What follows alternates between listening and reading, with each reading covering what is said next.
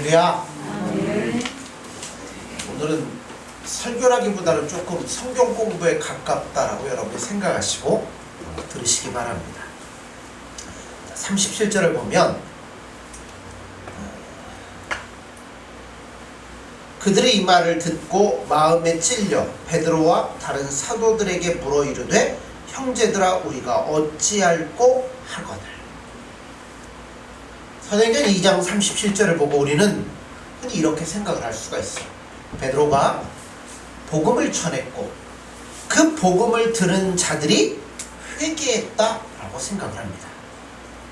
이게 우리가 익숙하게 알고 있는 복음의 전도의 형태입니다. 복음과 그 복음을 전하는 형태를 할 때마다 우리는 늘 익숙하게 듣는 것이 무엇이냐면 회개하고 구원을 받으라, 회개하고 예수를 믿고 구원을 얻으라, 이런 식으로 우리가 많이 듣고 생각을 했습니다. 그러나 여러분 가만히 베드로의 설교를 보면 초청이나 설득의 의사가 없어 보여요. 그러니까 어떻게 해서 내가 이 사람들을 불러다가 예수님을 믿게 만들고 설득을 시켜가지고 예수님 앞에 항복하게 만들고 그런 의도가 아예 없어요. 그냥 뭐라고만 얘기하냐면 하나님께서 우리에게 구원의 은혜를 베푸셨다, 그런 선언일 뿐이지 회개하고 믿으라는 얘기는 사실은 원래 없습니다.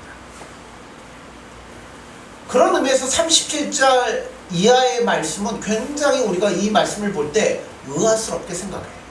그러니까 예수를 믿고 뭐 회개해라, 예수를 믿고 영접해라, 이런 얘기가 없고 뭐만 했다고요? 하나님 우리를 구원하셨다, 예수님 이 땅에 보내셨다, 그분이 우리를 대해서 십자가에 죽으심으로 우리가 구원을 받았다, 그 얘기만 선포하는 거예요. 그런데 그렇게 전했음에도 불구하고 반응이 어땠어요? 베드로가 이르되 너희가 회개하여 각각 예수 그리스도의 이름으로 세례를 받고 죄사함을 받으라, 그리하면 성령을 선물로 받으리니. 사람들이 이 말씀을 듣고 뭐라 그래? 그럼 우리가 어찌할꼬? 라는 반응이 나오기 시작합니다. 근데 금방 읽었던 말씀이 원문에는 다르게 돼 있어요.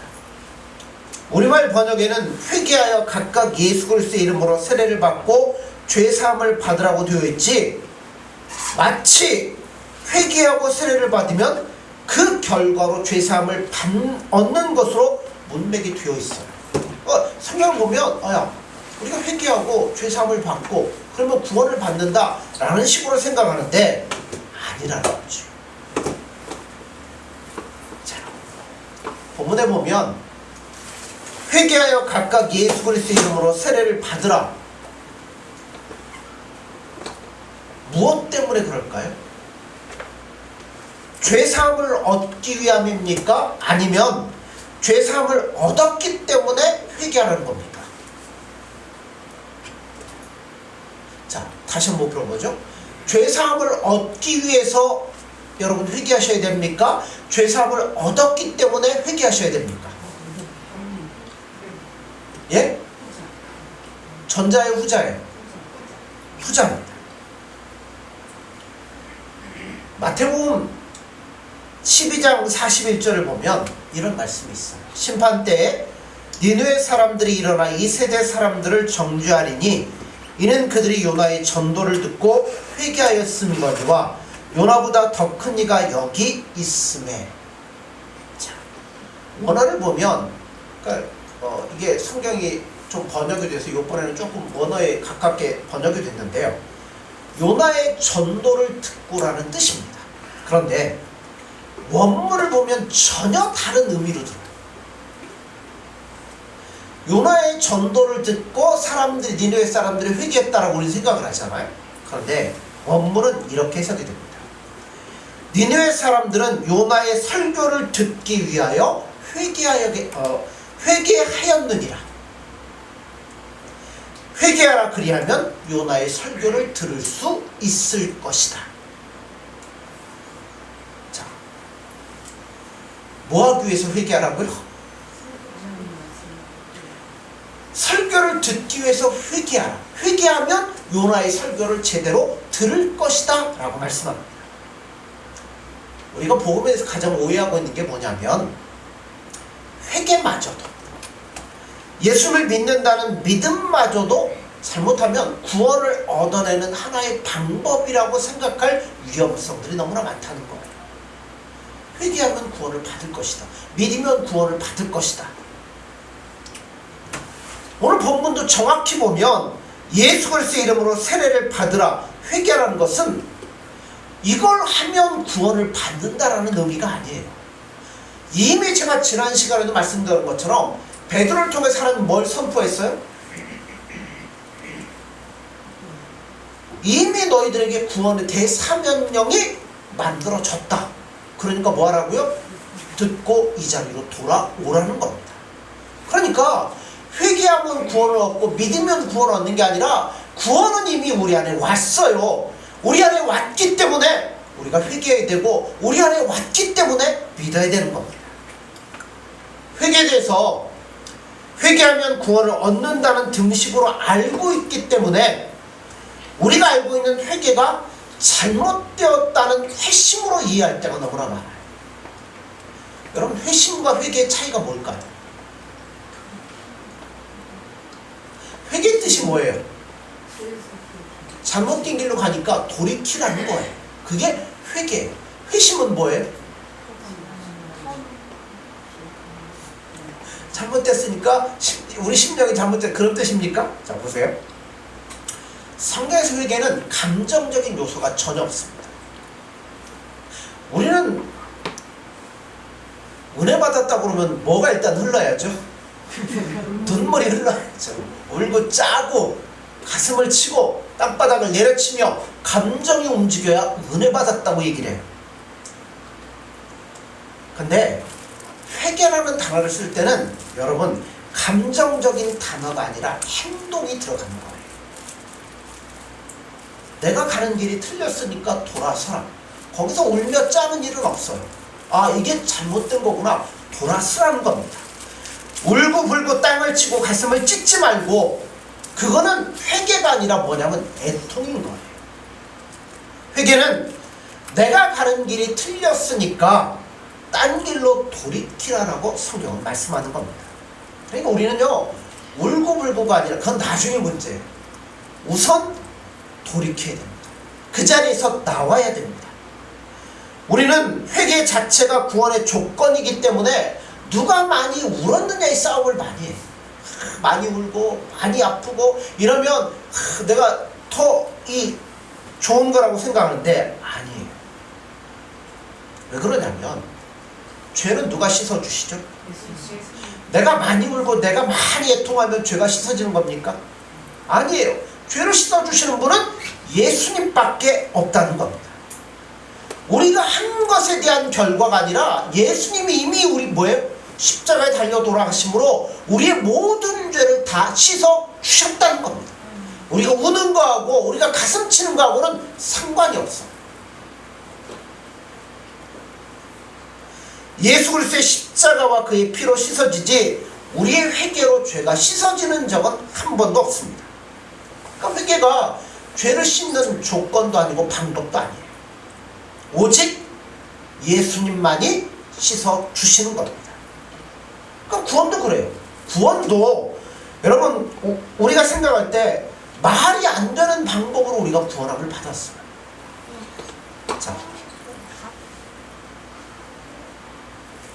제가 그냥 읽겠습니다. 이사야 65장 1절에 3절을 보면 시편, 하나님이여 찬송이 시온에서 주를 기다리오며 사람이 서원을 주께 이행하리이다.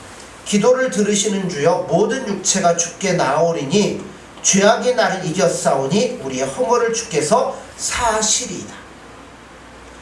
이게 되게 이상한 말이에요. 죄악이 나를 이겼사오니 우리의 허물을 주께서 사하시리이다. 죄악이 나를 이겼다는 말은 뭘까요? 내가 죄에 져서 죄를 지었다는 거예요. 그랬더니 뭐 한다고요? 우리의 허물을 예수님께서 사하실 거라는 겁니다. 이걸 다른 말로 얘기해보죠. 나는 죄를 짓고 왔습니다. 그러나 예수님께서 사하여 주실 것입니다. 여기에 회개 있습니까?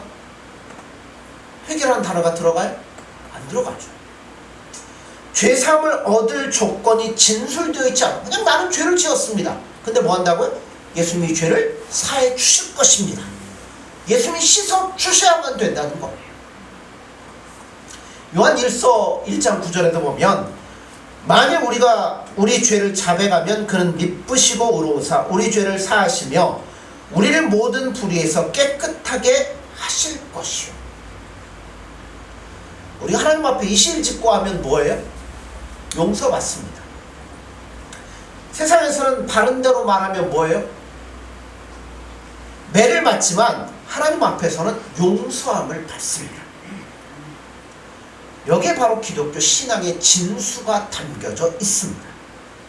무슨 얘기냐면 죄 씻음은 우리의 소관이 아니라는 거예요. 그건 하나님의 소관이고 예수님의 소관입니다. 하나님이 우리를 불쌍히 여기시고 사랑하셔서 우리를 죄 가운데서 구해내시고 씻어내시는 거예요. 거기는 내가 뭐 눈물을 흘리거나 내가 애통하거나 내가 가슴을 치거나 그것과는 아무런 상관이 없습니다. 베드로가 그 설교를 하는 거죠. 하나님이 당신들을 사랑하셨습니다. 예수를 보내셔서 구원을 하셨습니다. 그랬더니 반응이 어떻게 돼요? 그럼 우리가 어찌할꼬 하는 반응이 나오기 시작합니다. 그 반응을 보이는 청중들이 하는 이야기가 그럼 당신들 회개하고 죄를 씻으십시오. 그 얘기가 아니에요. 이미 죄는 뭐 했어요? 다 씻겼다는 겁니다. 그 죄를 씻고 하나님은 우리를 당신의 자녀로 삼았으니까 뭐 하라고요? 회개하라는 겁니다. 가슴을 치는 얘기가 아니라 이제껏 살아왔던 당신들의 삶의 모든 것들이 잘못되었으니까 거기에서 돌이켜서 이제는 하나님의 자녀답게 살아가십시오 라고 얘기하는 거예요. 그래서 회개하라고 베드로가 이야기를 하는 겁니다. 사도행전 26장에 나오는 바울의 회심 사건도 마찬가지라고 생각이 됩니다.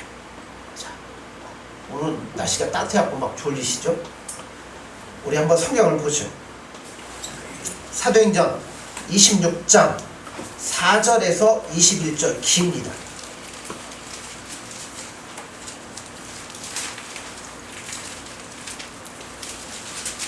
(4절에서 21절까지) 우리 합동합니다. 사도행전 26장 4절에서 21절 233쪽입니다. 찾으셨으면 우리 같이 읽습니다. 내가 처음부터 내 민족과 더불어 예루살렘에서 젊었을 때 생활한 상황을 유대인이 다 아는 바라. 일찍부터 나를 알았으니 그들이 증언하려 하면 내가 우리 종교의 가장 엄한 팔을 따라 바리새인의 생활을 하였다고 할 것이라. 이제도 여기 서서 신분 받는 것은 하나님이 우리 조상에게 약속하신 것을 바라는 까닭이니 이 약속은 우리 12지파가 밤낮으로 간절히 하나님을 받들어 섬김으로 얻기를 바라는 바인데 아그리빠 왕이여 이 소망으로 말미암아 내가 유대인들에게 고소를 당하는 것이니이다. 당신들은 하나님이 죽은 사람을 살리심을 어찌하여 못 믿을 것으로 여기나이까. 나도 나사렛 예수의 이름을 대적하여 많은 일을 행하여야 될 줄 스스로 생각하고 예루살렘에서 이런 일을 행하여 대제사장들에게서 권한을 받아가지고 많은 성도를 옥에 가두며 또 죽일 때 내가 찬성 투표를 하였고 또 모든 회당에서 여러 번 형벌하여 강제로 모독하는 말을 하게 하고 그들에 대하여 심히 격분하여 외국 성에까지 가서 박해하였고 그 일로 대제사장들의 권한과 위임을 받고 다메섹으로 갔나이다. 왕이여 정오가 되어 길에서 보니 하늘로부터 해보다 더 밝은 빛이 나와 내 동행들을 둘러 비추는지라. 우리가 다 땅에 엎드러짐에 내가 소리를 들으니 히브리 말로 이르되 사울아 사울아 내가 어찌하여 나를 박해하느냐. 가시체를 뒷발질하기가 내게 고생이니라. 내가 대답하되 주님 누구시니까. 주께서 이르시되 나는 내가 박해하는 예수라. 일어나 너의 발로 서라. 내가 내게 나타난 것은 곧 내가 나를 본 일과 장차 내가 내게 나타날 일에 너로 종과 증인을 삼으려 함이니 이스라엘과 이방인들에게 너를 구원하여 그들에게 보내어 그 눈을 뜨게 하여 어둠에서 빛으로 사단의 권세에서 하나님께로 돌아오게 하고 죄사함과 나를 믿어 거룩하게 된 무리 가운데 기업을 얻게 하라 하더이다. 아그리빠 왕이여, 그러므로 하늘에서 보이신 것을 내가 거스르지 아니하고 먼저 다메섹과 예루살렘에 있는 사람과 유대 온 땅과 이방인들에게까지 회개하고 하나님께로 돌아와서 회개에 합당한 일을 하라 전함으로 유대인들의 성전에서 나를 잡아 죽이고자 하였으나. 아멘. 자, 바울이 예수님께로 돌아오는 장면이 기록되어 있습니다. 여기 보면 사도 바울이 처음에 뭘 하겠다고 했는가 하면 9절에 있는 것처럼 나도 나사렛 예수 이름을 대적하여 많은 일을 행하여야 될 줄 스스로 생각하고. 어떤 자가 있다고요? 예수님을 대적하는 자가 바울이었습니다. 그런데 그에게 누가 나타나셨어요? 예수님이 나타나셨습니다. 나타나셔서 13절 하반절에 보면 사울아 사울아 내가 어찌하여 나를 박해하느냐? 라고 말씀을 하셔요. 16절에 가보면 내가 내게 나타난 일에 너로 종과 증인을 삼아서 이스라엘과 이방인들에게 뭘로 한다고요? 증인으로 보내어 너를 증인으로 삼고 그 사람들을 구원하는데 내가 너를 보내겠다라고 말씀을 합니다. 근데 이때가 바울이 뭐 회개했습니까? 바울이 한 거 있어요? 아무것도 없어요. 근데 이미 바울은 뭘로 예정이 됐어요? 그렇죠. 이방인들의 복음을 전하는 사도로 증인으로 예수님이 뭐 했다는 거예요? 택했다는 겁니다. 여기에 바울이 뭔가를 하고 회개하고 눈물 그거 없어요. 그거는 나중에 얘기죠. 자, 그래서 19절로 가보면 아그리빠 왕이여, 그러므로 하늘에서 보이시는 것을 내가 거스르지 아니하고 내가 여기까지 왔습니다 라고 말합니다. 자, 바울이 어디에서 회개한 겁니까? 자, 그 음성을 듣고 회개했습니다. 그러니까 이미 회개 전에 무엇 완성됐어요? 구원은 완성이 되었습니다. 사도로 부르심을 이미 받은 거예요. 그러니까 회개란 건요 대사면령과 같아요. 가끔 왜 8.15 특사 뭐 이런 거 있잖아요. 그때 야, 죄가 있지만 뭐 한다고요? 다 사면을 줄 테니까 나가라. 그거하고 똑같아요. 회개라는 것은 대사면령과 같습니다. 돌아오는 자는 사하고 안 돌아오는 자는 죽이겠다는 그런 뜻이 아닙니다. 대사면령이 너희들의 모든 죄가 다 사라졌으니까 더 이상 악한 길에 있지 말라는 겁니다. 하나님의 자녀로 불렀으니까 하나님의 자녀로 돌아오라 라는 것입니다. 자, 또 성경을 볼까요? 요한 1서 신약성경 뒤편입니다. 요한 1서 2장 1절에서 6절입니다.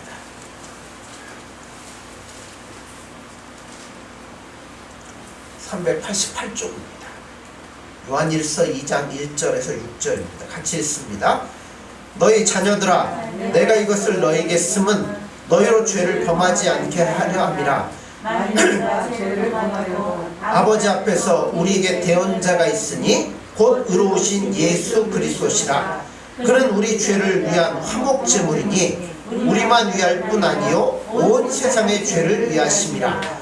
우리가 그의 계명을 지키면 이로써 우리가 그를 아는 줄로 알 것이요 그를 아노라 하고 그의 계명을 지키지 아니하는 자는 거짓말하는 자요 진리가 그 속에 있지 아니하되 누구든지 그의 말씀을 지키는 자는 하나님의 사랑이 참으로 그 속에서 온전하게 되었나니 이로써 우리가 그의 안에 있는 줄을 아노라. 그의 안에 산다고 하는 자는 그가 행하시는 대로 자기도 행할지니라. 아멘. 회개가 뭐냐면 이거예요. 죄인인 것을 인정하고 예수님이 나를 구원해 주신 것을 감격해하는 것이 아니라, 이건 나중에 얘기고요. 내가 죄인으로 죄의 종으로 살았는데 하나님이 나를 자녀 삼으셔서 하나님을 사랑하는 참다운 의로운 길로 걷게 하는 것을 회개라고 말하는 겁니다. 회개는 구원을 결실케 하는 게 아니라 결실된 구원을 행동으로 옮기는 게 회개예요. 구원은 우리가 만드는 게 아니기 때문에 그렇습니다. 갈라디아서 3장에 보면 어리석도다 갈라디아 사람들아, 예수 그리스도께서 십자가에 못 박히신 것이 너희 눈앞에 밝히 보이거늘 누가 너희를 꾀더냐. 내가 너희에게서 다만 이것을 알려하노니 너희가 성령을 받은 것이 율법의 행위로냐 혹은 듣고 믿음으로냐. 신약성에서 믿음이라는 단어를 쓸 때는 꼭 따라오는 단어가 하나가 있습니다. 들음입니다. 듣고 믿는 거예요. 그죠? 그러니까 믿음이라는 것을 여러분 이렇게 생각하지 마십시오. 회개가 구원의 조건이 아니듯이 믿음이 구원의 조건이 아닙니다. 목사님 이상한 얘기하네요? 그런데 잘 들어보십시오. 회개는 용서받아야 될 그 조건이 아니라 용서받았기 때문에, 그렇죠? 돌이켜야 되는 요구가 회개예요. 이미 너희 죄에서 다 사했다. 내가 너희들 구원의 사람의 백성 삼았다. 그러니까 여기에 걸맞지 않은 것 회개하고 돌이키라. 그게 회개예요. 그러면 믿는다는 것도 그래요. 믿음으로 구원을 받습니까? 구원을 받았으니까 믿는 거죠. 믿음으로 알지도 못한 분을 어떻게 믿겠어요. 그래서 구원을 시켜주는 하나님의 방법이 믿음일 뿐이지 믿는다는 것이 조건이서 구원을 받는 게 아닙니다. 그래서 믿음은 행위와 정반대되는 입장에 서고, 그래서 뭐가 항상 따라다닌다고요? 들음이라는 단어가 항상 따라다닙니다. 왜 그럴까요? 들어야 뭐가 생기는 거예요? 믿음이 생기죠? 그러니까 여러분, 믿음이라는 건 내 자체적으로 발생되는 게 아니라 누구로부터 나에게 주어져야 그게 동력이 되고 믿을 수 있게 되는 겁니다. 그렇기 때문에 꼭 뭐가 따라온다고요? 들음이라는 게 따라온다는 거예요. 그래서 들었다는 것은 내가 믿은 것이 아니라 내 안에 발생한 것이 아니라 외부로부터 전해진 것을 믿었다는 뜻이 되는 겁니다. 자, 로마서 10장을 한번 가보죠. 로마서 10장 10절에서 14절입니다.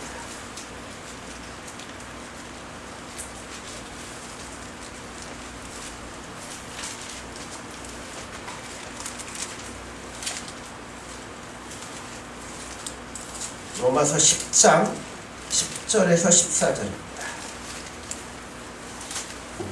우리가 잘 아는 말씀이죠? 같이 읽습니다. 사람이 마음으로 믿어 의에 이르고 입으로 시인하여 구원에 이르느니라. 성경에 이르되 누구든지 그를 믿는 자는 부끄러움을 당하지 아니하리라 하니 유대인이나 헬라인이나 차별이 없음이라. 한 분이신 주께서 모든 그를 부르는 모든 사람에게 부여하시도다. 누구든지 주의 이름을 부르는 자는 구원을 받으리라. 그런즉 그들이 믿지 아니하는 일을 어찌 부르리요? 듣지도 못한 일을 어찌 믿으리요? 전파하는 자가 없이 어찌 들으리요? 아멘. 자, 믿으면 구원을 받습니다. 그런데 믿음이 뭔가요? 그의 이름을 부르려면 뭐가 있어야 돼요? 믿음이 있어야 되는데, 믿음이 있기 때문에 우리는 예수님을 누구라고 불러요? 나의 주인이라 라고 부릅니다. 자, 그 다음에는 들어야 믿는다고 강조를 해요. 그러니까 믿음이 있어야 예수님을 주라고 고백할 수 있는데 들어야만 믿을 수 있다는 겁니다. 무슨 얘기냐면 스스로 만들어낼 수 없다는 겁니다. 그 다음에는 전파하는 자가 없이 어찌 들으리요? 누군가가 전했기 때문에 듣는다는 겁니다. 그 다음에는 또 뭐라고요? 보내심을 받지 아니하였으면 어찌 전파리요? 그래서 기록된 바 아름답도다 좋은 소식을 전하는 자들의 발의함과 같으니라. 그래서 뭐 하는 거예요? 대사면령이 선포가 되는 겁니다. 그래서 듣고 보니 뭐 한 거예요? 들려주니 그것이 옳은 말이었고, 이때 베드로의 설교를 듣고 들은 자들이 어떻게 해요? 어떻게 해야 옳습니까? 라고 베드로에게 묻자 베드로가 말하기를 이제부터 회개하십시오. 회개하면 구원을 받는다는 게 아니라 이미 구원을 받았기 때문에 회개하여서 그릇된 길에서 돌이켜 예수님의 자녀답게 사십시오. 그래서 예수님의 이름으로 세례를 받고 예수 그리스도를 주라 신하는 인생을 살라라고 말씀하는 겁니다. 어떻게 보면 여러분, 우리는 한 게 아무것도 없어요. 다 누가 하셨어요? 예수님이 하십니다. 우리의 죄를 사해 주시는 분도 예수님이시고, 그걸 우리에게 들려주시는 분도 예수님이시고, 그거를 믿게 우리 마음을 움직이는 분도 예수님이시고. 여러분, 그것만 예수님 하시겠어요? 먼저 그의 나라와 그의 일을 구하라. 그럼 이 모든 것을 너에게 더해 주시겠다. 여러분, 우리의 삶도 누가 책임지시냐면 예수님이 책임지시는 겁니다. 그러니까 여러분, 사실 걱정할 거 없어요. 우리가 이재용 씨처럼 부자로 살 것도 아니니까, 이 땅의 목표가 아니니까. 주님의 때를 따라 우리에게 필요한 것들을 다 채워주실 것이고 하실 분이 예수님이라는 거죠. 모든 것은 예수님의 전적인 은혜입니다. 그래서 오늘 예수님 말씀했던 것처럼 베드로가 선포한 설교의 말씀을 듣고 사람들이 반응했던 것처럼, 여러분, 울고 불고 애통만 하지 마시고 이제는 우리가 잘못된 길에서 돌이키셔서 예수님을 나의 구주로 삼고 그분을 사랑하며 그분과 즐거이 이 길을 동행할 수 있는 저와 여러분들 되어지기를 소원합니다. 나를 부르신 예수님이, 죄로부터 나를 건지신 예수님이, 여러분, 우리가 주님의 나라 갈 때까지 나와 늘 함께 하시며 동행하신다고 말씀합니다. 그러므로 그분 의지하며 우리가 그분과 즐거이 동행할 수 있는 저와 여러분들 되어지기를 간절히 소원합니다. 기도하겠습니다.